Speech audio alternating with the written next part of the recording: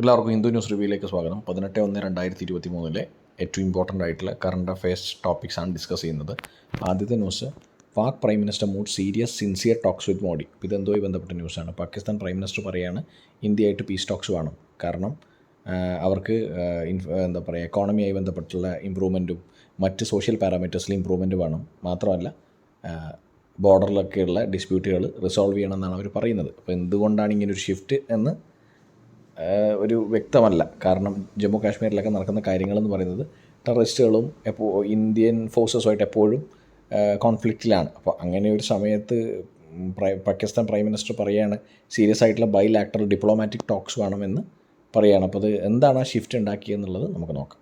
Pakistan wants peace with India, but what is happening in Kashmir should be stopped. We have had 3 wars with India and they have only brought more misery, poverty, says Shehbaz Sharif. അപ്പോൾ ഇന്ത്യയായിട്ടുണ്ടായ കോൺഫ്ലിക്റ്റുകളിൽ പാകിസ്ഥാൻ അനുഭവിച്ചത് ഈ പോവർട്ടിയും അതുപോലെ തന്നെ decline in economic ഔട്ട്പുട്ടൊക്കെയാണ്. അപ്പം അങ്ങനെ വെച്ച് നോക്കുകയാണെങ്കിൽ അവർക്ക് എക്കോണമിയായിട്ട് മുമ്പോട്ട് പോകാൻ, ഡെവലപ്മെൻറ്റുമായിട്ട് മുമ്പോട്ട് പോകാൻ പറ്റിയിട്ടില്ല. കാരണം അവർ ഒന്നാമത് ഈ ടെററിസ്റ്റ് ഫണ്ടിങ്ങും അതുപോലെ തന്നെ ടെററിസ്റ്റ് ആക്ടിവിറ്റീസ് സപ്പോർട്ട് ചെയ്യുന്ന, അല്ലെങ്കിൽ അതുമായി ബന്ധപ്പെട്ട് അതൊരു എന്താ പറയുക ബേസായി നടക്കുന്ന ഒരു രാജ്യത്തെപ്പോഴും എക്കണോമിക്കായിട്ടുള്ള എംപവർമെൻറ്റ് പൊതുവേ കുറവായിരിക്കും. കാരണം അവർ പ്രൊഡക്റ്റീവായിട്ടുള്ള ഡെവലപ്മെൻറ്റലായിട്ടുള്ള കാര്യങ്ങളിൽ മുമ്പോട്ട് പോയിട്ടില്ല. നേരെ മറിച്ച് ഇന്ത്യ ആണെങ്കിൽ ആസ് എ നൈബർ ഇന്ത്യ വളരെയധികം മുമ്പോട്ട് ഇൻവെസ്റ്റ്മെൻറ്റ്സിലും അതുപോലെ തന്നെ എക്കണോമിക് ഔട്ട്പുട്ടിലൊക്കെ മുമ്പോട്ട് പോയ എല്ലാവരും നോക്കുന്ന ഒരു ഹൈ പ്രൊഫൈൽ രാജ്യമായിട്ട് സൗത്ത് ഏഷ്യയിലും ഏഷ്യയിലും മാറിയിരിക്കുന്ന ഒരു സമയമാണ്. അപ്പോൾ അതുകൊണ്ട് തന്നെ ആയിരിക്കണം ചിലപ്പോൾ ഇന്ത്യയോടുള്ള അപ്രോച്ച് മാറ്റാനുള്ള കാരണം.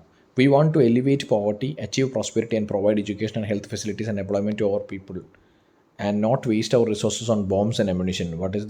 That is the message I want to give to Prime Minister Modi. ഇപ്പോൾ പ്രൈം മിനിസ്റ്റർ മോഡിയുടെ പീസ് ടോക്സ് വേണമെന്ന് പറയുന്നതിന് ഒരു പ്രധാന കാരണം എന്താണ്? അവർക്ക് പോവർട്ടി എലിവേറ്റ് ചെയ്യണം, ദാരിദ്ര്യം നിർമ്മാർജ്ജനം ചെയ്യണം, അതുപോലെ തന്നെ പ്രോസ്പെരിറ്റി അഭിവൃദ്ധി ഉണ്ടാക്കണം, അതുപോലെ നല്ല ക്വാളിറ്റി എഡ്യൂക്കേഷൻ, അതുപോലെ ഹെൽത്ത് ഒക്കെ എംപ്ലോയ്മെൻ്റ് ഒക്കെ എന്ത് കൊടുക്കണം, അവരുടെ സിറ്റിസൺസിന് കൊടുക്കണം. അല്ലാതെ ബോംബ്സിലും അമ്യൂണിഷനിലും അവർ ഇനി ഇൻവെസ്റ്റ് ചെയ്യുന്നില്ല എന്ന് പറയുന്നവർ. അപ്പോൾ അതാണ് ഉദ്ദേശം. Economically development, social parameters, health, education അങ്ങനെയുള്ള പാരാമീറ്റേഴ്സിൽ മുന്നോട്ട് വരണം എന്നാണ് പാകിസ്ഥാൻ്റെ പ്രൈം മിനിസ്റ്റർ പറയുന്നത്. അതുകൊണ്ട് തന്നെ ഒരു ബൈലാറ്ററൽ ഡിപ്ലോമാറ്റിക് ആയിട്ടുള്ള ഇന്ത്യ പാകിസ്ഥാൻ ബന്ധം ഉണ്ടാവണം, പീസ് ടോക്സ് ഉണ്ടാവണം എന്ന് പാകിസ്ഥാൻ പ്രൈം മിനിസ്റ്റർ പറയുന്നു.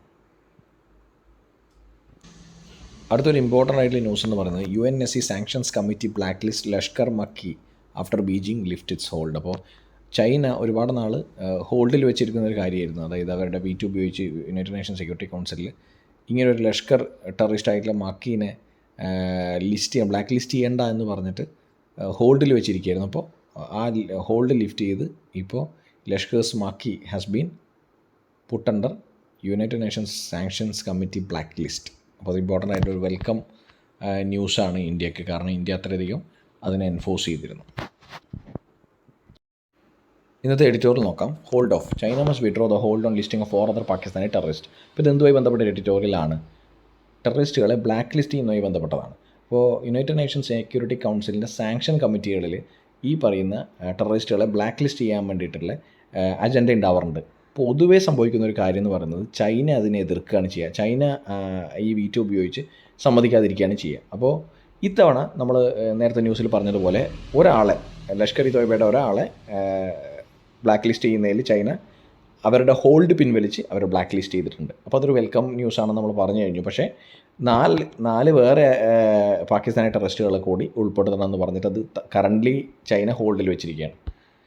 India has welcomed the designation of Lashkar-e-Taiba Deputy Chief Abdur Rahman Makki as a sanctioned terrorist by the United Nations Security Council after China withdrew the technical hold it had placed on listing last year. അപ്പോൾ കഴിഞ്ഞ വർഷമാണ് ഇത് പറ്റില്ല എന്ന് പറഞ്ഞിട്ട് China ഹോൾഡിൽ വെച്ചിരിക്കുന്നത്. അപ്പോൾ ഇത്തവണ അത് റിലീസ് ചെയ്തിരിക്കുകയാണ്. അതുകൊണ്ട് തന്നെ ഈ പറഞ്ഞ ലഷ്കർ-ഇ-തോയ്ബയുടെ ഡെപ്യൂട്ടി ചീഫിനെ അവരെന്ത് ചെയ്തു? ബ്ലാക്ക് ലിസ്റ്റ് ചെയ്തിട്ടുണ്ട്. അതൊരു വെൽക്കം സ്റ്റെപ്പാണ്. കാരണം ഒരുപാട് റെസ്ട്രിക്ഷൻസ് ഇങ്ങനെയുള്ള ടെററിസ്റ്റുകൾക്ക് കൊണ്ടുവരാൻ പറ്റും ഈ ബ്ലാക്ക് ലിസ്റ്റ് ചെയ്ത് കഴിഞ്ഞാൽ. യുണൈറ്റഡ് നേഷൻ സെക്യൂരിറ്റി കൗൺസിലിൻ്റെതാണ് ഈ ബ്ലാക്ക് ലിസ്റ്റിംഗ് എന്ന് പറയുന്നത്.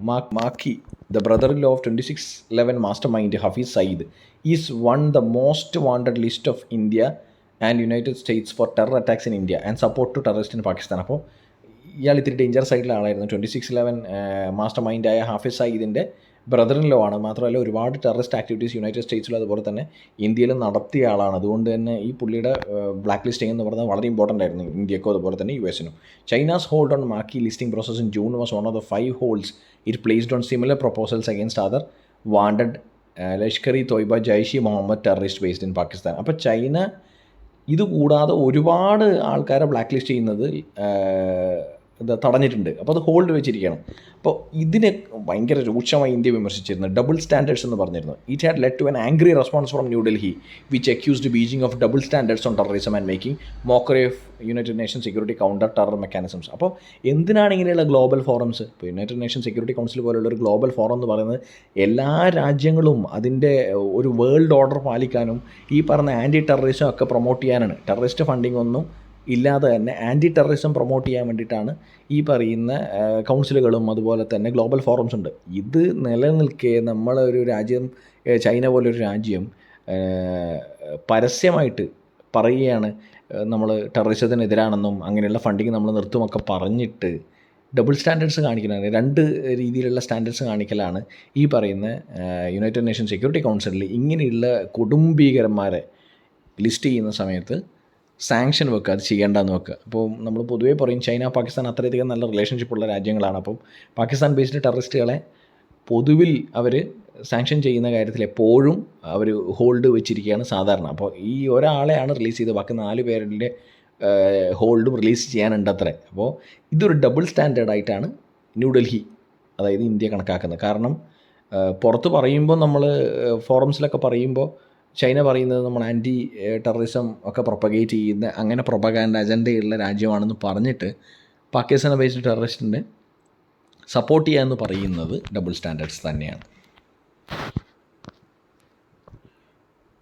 അതിൻ്റെ ഒരു ക്ലാരിറ്റി എന്ന് പറയുന്നത് ഇപ്പോഴും വ്യക്തമല്ല. It is unclear what prompted China to relent as it has continue to hold out despite the 14 other UNSC members being agree to the listing. അപ്പോൾ ഇത്തവണ ഏത് രീതിയിലാണെന്നറിയില്ല, ഇത്തവണ മാത്രം അവർ എന്താ പറയുക അത് സാങ്ഷൻ ചെയ്തിട്ടുണ്ട്, അതായത് ഈ പറഞ്ഞ ലിസ്റ്റിംഗ് ശരി വെച്ചിട്ടുണ്ട്.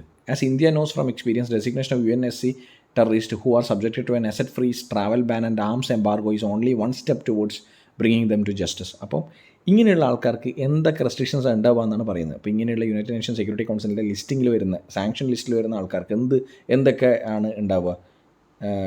അവർക്ക് എന്താ പറയുക, ട്രാവൽ ബാൻ ഉണ്ടാവും, അസറ്റ് ഫ്രീസ് ഉണ്ട്, അവരുടെ സ്വത്തുക്കളൊക്കെ ഫ്രീസ് ചെയ്യും. അപ്പോൾ അങ്ങനെയുള്ള കാര്യത്തിൽ ഭയങ്കര എന്താ പറയുക റെസ്ട്രിക്ഷൻസ് ഉള്ളത് കൊണ്ട് തന്നെ അവർ ജസ്റ്റിസിന് വേണ്ടി ഇപ്പം എന്താ പറയുക അവർക്ക് എന്താ പറയുക നിയമത്തിന് മുമ്പിൽ കൊണ്ടുവരാൻ വേണ്ടിയിട്ട് അധികം താമസിക്കില്ല. ഇങ്ങനെയുള്ള റെസ്ട്രിക്ഷൻസ് കഴിഞ്ഞ് കഴിഞ്ഞാൽ ഉടനെ തന്നെ മറ്റ് ലീഗൽ പ്രൊസീഡിങ്സ് നടക്കുമെന്ന് പറയുന്നു. എഡിറ്റോറിയൽ പറയുന്നത് വെച്ചാൽ 4 അതർ ടെററിസ്റ്റുകൾ കൂടി ഈ പറഞ്ഞ വളരെ ഇമ്പോർട്ടൻ്റ് ആയിട്ട് ബ്ലാക്ക് ലിസ്റ്റ് ചെയ്യപ്പെടേണ്ട ആൾക്കാരുണ്ട്. അത് ചൈന എന്തായാലും നിർബന്ധമായിട്ടും എന്താ പറയുക അവരുടെ സാങ്ഷൻസ് അല്ലെങ്കിൽ അവരുടെ റെസ്ട്രിക്ഷൻസ്, അവരുടെ ഹോൾഡ് റിലീസ് ചെയ്യണമെന്ന് പറയുന്നു. ഇതാണ് ഇന്നത്തെ എഡിറ്റോറിയൽ ഡീൽ ചെയ്യുന്നത്. അടുത്ത ന്യൂസ് എന്ന് പറഞ്ഞാൽ India Russia begin manufacturing of AK-203 assault rifles in UP's Amethi. ഉത്തർപ്രദേശിലെ അമേത്തിയിൽ ഇന്ത്യയും റഷ്യയും കൊളാബറേറ്റ് ചെയ്തുകൊണ്ട് AK-203 എന്ന് പറഞ്ഞ അസോൾട്ട് റൈഫിളുകൾ മാനുഫാക്ചറിങ് തുടങ്ങി. The joint venture between India and Russia, Indo-Russian Rifles Private Limited IRRPL has started producing AK-203 Kalashnikov assault rifles at Korwa in Uttar Pradesh, according to Alexander Mikheyev, Director General of Robsboron Export, Russia. Last week, Army Chief General Manoj Pandey said that the first batch of 5,000 rifles would be delivered to the Army by March.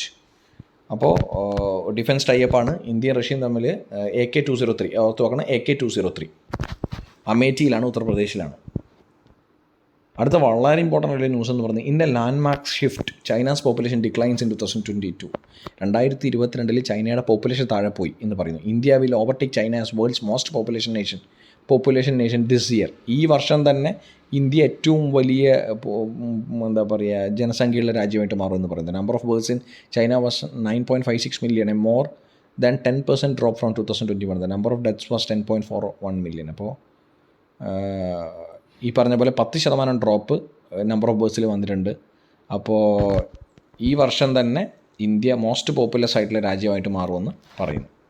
ഇന്ത്യയെ സംബന്ധിച്ചൊരു വലിയ ചലഞ്ചാണ്. കാരണം അത്രയധികം resources വേണം, അത്രയധികം resource allocation വേണം, skill development വേണം, അവർക്ക് ബേസിക് നീഡ്സ് കൊടുക്കണം, എംപ്ലോയ്മെൻറ്റ് വേണം. അപ്പോൾ ഒരുപാട് ചലഞ്ചസ് പോപ്പുലേഷനുമായി ബന്ധപ്പെട്ടതുണ്ട്. സ്പോർട്സ് ന്യൂസാണ്. Red hot India will be keen to sustain its dominance against New Zealand at home. Red hot India എന്നാണ് പറഞ്ഞിരിക്കുന്നത്. അത്രയധികം ഡോമിനൻസ് ആയിരുന്നു ശ്രീലങ്കയിലെ തൊട്ട് മുമ്പ് കഴിഞ്ഞ പരമ്പര എന്ന് പറയുന്നത്. 3-0 ഇന്ത്യ ജയിച്ചതാണ്. അപ്പോൾ അടുത്ത സീരീസിലേക്ക് കടന്നിരിക്കുകയാണ് ഇന്ത്യ ന്യൂസിലാൻഡ്. അപ്പോൾ ഇന്ത്യ അത്രയധികം നല്ല ഫോമിലാണ്. ഡോമിനൻസ് കണ്ടിന്യൂ ചെയ്യാൻ കഴിയട്ടെ. ഇന്നത്തെ ഹിന്ദു ന്യൂസ് റിവ്യൂടെ അവസാനിക്കുകയാണ്. Thank you so much for listening to the video. നമുക്ക് നാളെ കാണാം. Bye, take care.